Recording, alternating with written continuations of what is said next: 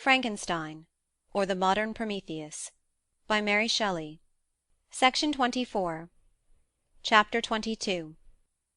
The voyage came to an end. We landed and proceeded to Paris. I soon found that I had overtaxed my strength, and that I must repose before I could continue my journey. My father's care and attentions were indefatigable, but he did not know the origin of my sufferings, and sought erroneous methods to remedy the incurable ill. He wished me to seek amusement in society. I abhorred the face of man. Oh, not abhorred, they were brethren, my fellow beings, and I felt attracted even to the most repulsive among them, as to creatures of an angelic nature and celestial mechanism. But I felt that I had no right to share their intercourse. I had unchained an enemy among them, whose joy it was to shed their blood and to revel in their groans. How they would, each and all, abhor me and hunt me from the world, did they know my unhallowed acts and the crimes which had their source in me. My father yielded at length to my desire to avoid society, and strove by various arguments to banish my despair. Sometimes he thought I felt deeply the degradation of being obliged to answer a charge of murder, and he endeavoured to prove to me the futility of hope. "Alas, my father," said I, "how little do you know me! Human beings, their feelings and passions, would indeed be degraded if such a wretch as I felt pride. Justine, poor unhappy Justine, was as innocent as I, and she suffered the same charge. She died for it. And I am the cause of this. I murdered her. William, Justine, and Henry, they all died by my hands." My father had often, during my imprisonment, heard me make the same assertion.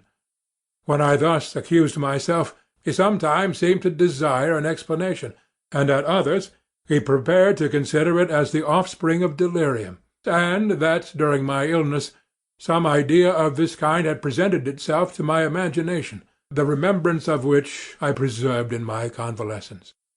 I avoided explanation, and maintained a continual silence concerning the wretch I had created.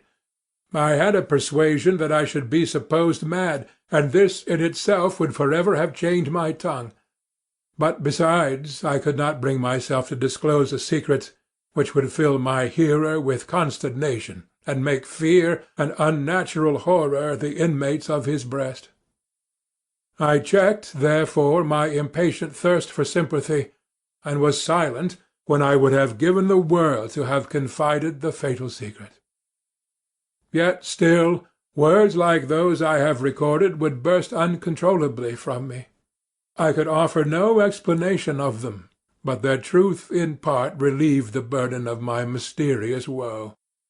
Upon this occasion my father said, with an expression of unbounded wonder, "My dearest Victor, what infatuation is this? My dear son, I entreat you never to make such an assertion again." "I am not mad," I said energetically. "The sun and the heavens who have viewed my operations can bear witness of my truth. I am the assassin of those most innocent victims. They died by my machinations. 1,000 times would I have shed my own blood, drop by drop, to have saved their lives. But I could not, my father, indeed I could not sacrifice the whole human race." The conclusion of this speech convinced my father that my ideas were deranged, and he instantly changed the subject of our conversation, and endeavoured to alter the course of my thoughts. He wished as much as possible to obliterate the memory of the scenes that had taken place in Ireland, and never alluded to them, or suffered me to speak of my misfortunes. As time passed away I became more calm. Misery had her dwelling in my heart, but I no longer talked in the same incoherent manner of my own crimes. Sufficient for me was the consciousness of them. By the utmost self-violence I curbed the imperious voice of wretchedness, which sometimes desired to declare itself to the whole world, and my manners were calmer and more composed than they had ever been since my journey to the sea of ice. A few days before we left Paris on our way to Switzerland, I received the following letter from Elizabeth. My dear friend, it gave me the greatest pleasure to receive a letter from my uncle dated at Paris. You are no longer at a formidable distance, and I may hope to see you in less than a fortnight. My poor cousin, how much you must have suffered! I expect to see you looking even more ill than when you quitted Geneva. This winter has been passed most miserably, tortured as I have been by anxious suspense. Yet I hope to see peace in your countenance, and to find that your heart is not totally void of comfort and tranquillity. Yet I fear that the same feelings now exist that made you so miserable a year ago, even perhaps augmented by time. I would not disturb you at this period, when so many misfortunes weigh upon you, but a conversation that I had with my uncle previous to his departure renders some explanation necessary before we meet. Explanation? You may possibly say, what can Elizabeth have to explain? If you really say this, my questions are answered, and all my doubts satisfied. But you are distant from me, and it is possible that you may dread and yet be pleased with this explanation, and in a probability of this being the case, I dare not any longer postpone writing what, during your absence, I have often wished to express to you, but have never had the courage to begin. You well know, Victor, that our union had been the favourite plan of your parents ever since our infancy. We were told this when young, and taught to look forward to it as an event that would certainly take place. We were affectionate playfellows during childhood, and I believe dear and valued friends to one another as we grew older. But as brother and sister often entertain a lively affection towards each other without desiring a more intimate union, may not such also be our case? Tell me, dearest Victor, answer me, I conjure you by our mutual happiness, with simple truth. Do you not love another? You have travelled, you have spent several years of your life at Ingolstadt, and I confess to you, my friend, that when I saw you last autumn so unhappy, flying to solitude from the society of every creature, I could not help supposing that you might regret our connection, and believe yourself bound in honour to fulfil the wishes of your parents, although they opposed themselves to your inclinations. But this is false reasoning.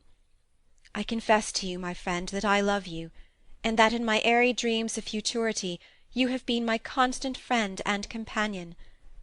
But it is your happiness I desire as well as my own, when I declare to you that our marriage would render me eternally miserable unless it were the dictate of your own free choice. Even now I weep to think that, borne down as you are by the cruelest misfortunes, you may stifle, by the word honour, all hope of that love and happiness which would alone restore you to yourself. I, who have so disinterested an affection for you, may increase your miseries tenfold by being an obstacle to your wishes. Oh, Victor, be assured that your cousin and playmate has too sincere a love for you not to be made miserable by the supposition. Be happy, my friend, and if you obey me in this one request, remain satisfied that nothing on earth will have the power to interrupt my tranquillity. Do not let this letter disturb you. Do not answer to-morrow, or the next day, or even until you come, if it will give you pain. My uncle will send me news of your health, and if I see but one smile on your lips when we meet, occasioned by this or any other exertion of mine, I shall need no other happiness. Elizabeth Lavenza, Geneva, May 18th, 17 . This letter revived in my memory what I had before forgotten, the threat of the fiend. I will be with you on your wedding night. Such was my sentence, and on that night would the demon employ every art to destroy me and tear me from the glimpse of happiness which promised partly to console my sufferings. On that night he had determined to consummate his crimes by my death. Well, be it so. A deadly struggle would then assuredly take place, in which if he were victorious I should be at peace, and his power over me be at an end. If he were vanquished, I should be a free man. Alas! What freedom! Such as the peasant employs when his family have been massacred before his eyes, his cottage burnt, his lands laid waste, and he is turned adrift, homeless, penniless, and alone, but free. Such would be my liberty, except that in my Elizabeth I possessed a treasure, alas, balanced by those horrors of remorse and guilt which would pursue me until death. Sweet and beloved Elizabeth! I read and re-read her letter, and some softened feelings stole into my heart and dared to whisper paradisiacal dreams of love and joy.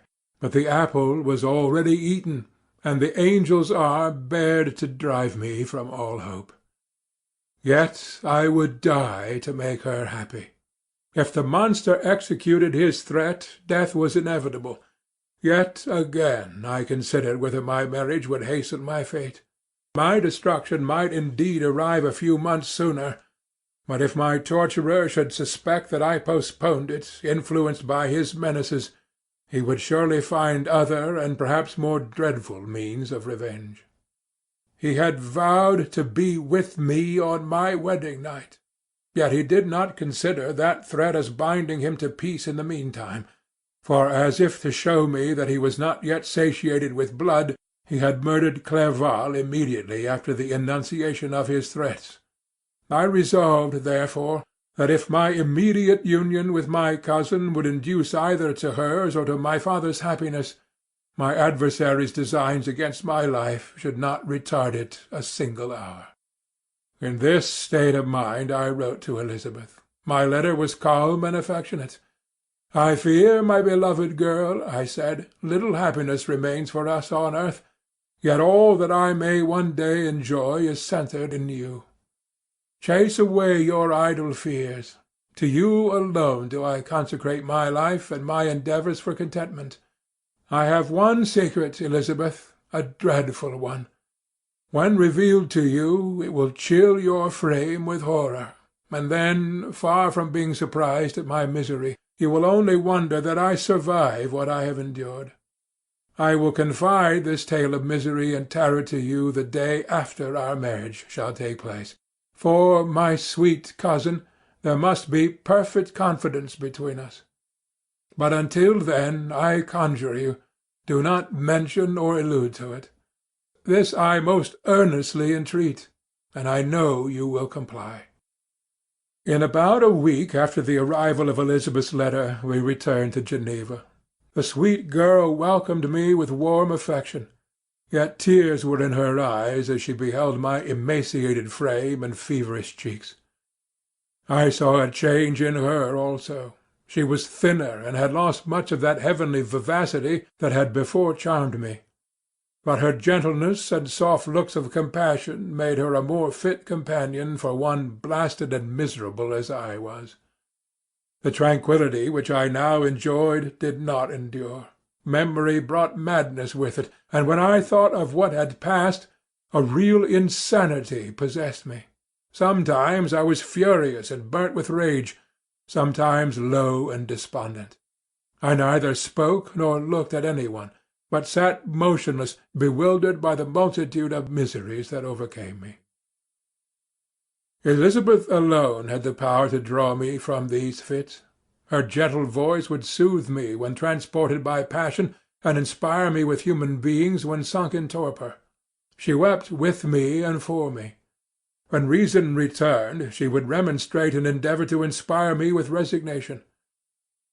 Ah, it is well for the unfortunate to be resigned, but for the guilty there is no peace. The agonies of remorse poison the luxury that is otherwise sometimes found in indulging the excess of grief. Soon after my arrival, my father spoke of my immediate marriage with Elizabeth. I remained silent. Have you, then, some other attachment?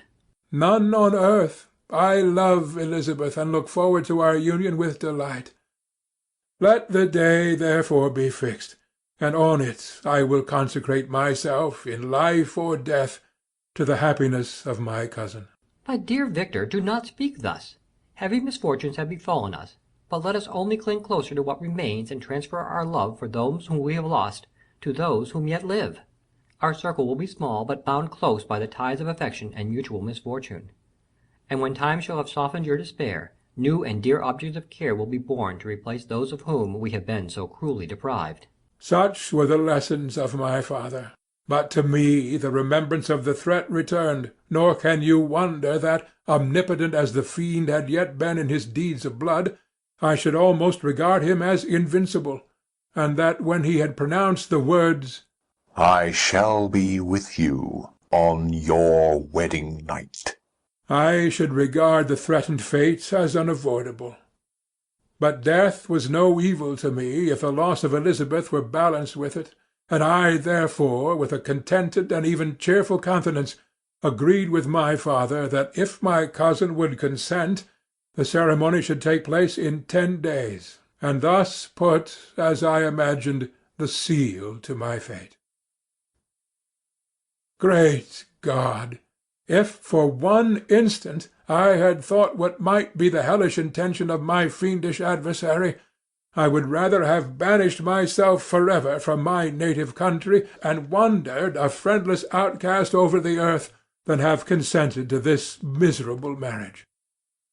But, as if possessed by magic powers, the monster had blinded me to his real intentions, and when I thought that I had prepared only my own death, I hastened that of a far dearer victim. As the period fixed for our marriage drew nearer, whether from cowardice or a prophetic feeling, I felt my heart sink within me. But I concealed my feelings by an appearance of hilarity that brought smiles and joy to the countenance of my father, but hardly deceived the ever watchful and nicer eye of Elizabeth. She looked forward to our union with placid contentment, not unmingled with a little fear, which past misfortunes had impressed, that what now appeared certain and tangible happiness might soon dissipate into an airy dream, and leave no trace but deep and everlasting regret. Preparations were made for the event. Congratulatory visits were received, and all wore a smiling appearance. I shut up, as well as I could, in my own heart, the anxiety that preyed there, and entered with seeming earnestness into the plans of my father, although they might only serve as the decorations of my tragedy. Through my father's exertions, a part of the inheritance of Elizabeth had been restored to her by the Austrian government. A small possession on the shores of Como belonged to her. It was agreed that immediately after our union we should proceed to Villa Lavenza, and spend our last days of happiness beside the beautiful lake near which it stood. In the meantime I took every precaution to defend my person in case the fiend should openly attack me. I carried pistols and a dagger constantly about me, and was ever on the watch to prevent artifice, and by these means gained a greater degree of tranquillity. Indeed, as the period approached, the threat appeared more as a delusion, not to be regarded as worthy to disturb my peace, while the happiness I hoped for in my marriage wore a greater appearance of certainty, as the day fixed for its solemnization drew nearer, and I heard it continually spoken of as an occurrence which no accident could possibly prevent.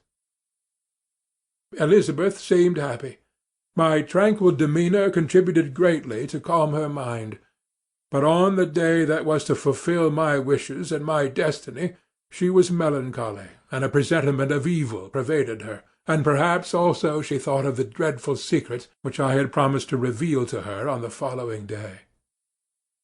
My father was in the meantime overjoyed, and in the bustle of preparation only recognized in the melancholy of his niece the diffidence of a bride. After the ceremony was performed, a large party assembled at my father's, but it was agreed that Elizabeth and I should commence our journey by water, sleeping that night at Evian, and continuing our voyage on the following day. The day was fair, the wind favourable. All smiled on our nuptial embarkation.